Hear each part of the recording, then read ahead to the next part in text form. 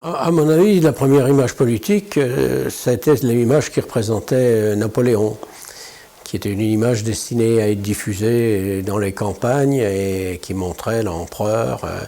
Alors on le voyait à cheval, revêtu du grand manteau impérial. Et c'est probablement, enfin à mes yeux, la première image politique. Et puis ensuite, il y a eu des images qui ont représenté les événements.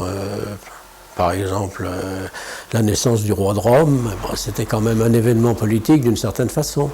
L'imagerie Pellerin a beaucoup travaillé dans l'image bonapartiste, et en particulier la célèbre série des images de Georgin, qui sous Louis-Philippe a servi en quelque sorte de propagande pour l'arrivée du prince-président de Louis-Napoléon en 1848.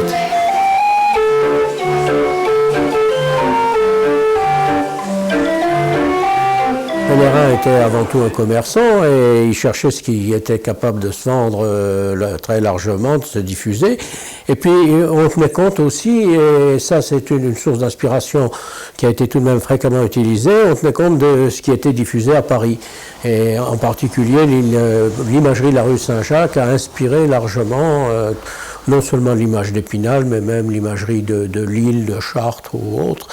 Ah oui, le texte a beaucoup d'importance, et puis le texte est là pour frapper l'imagination, c'est des formules assez vigoureuses en général.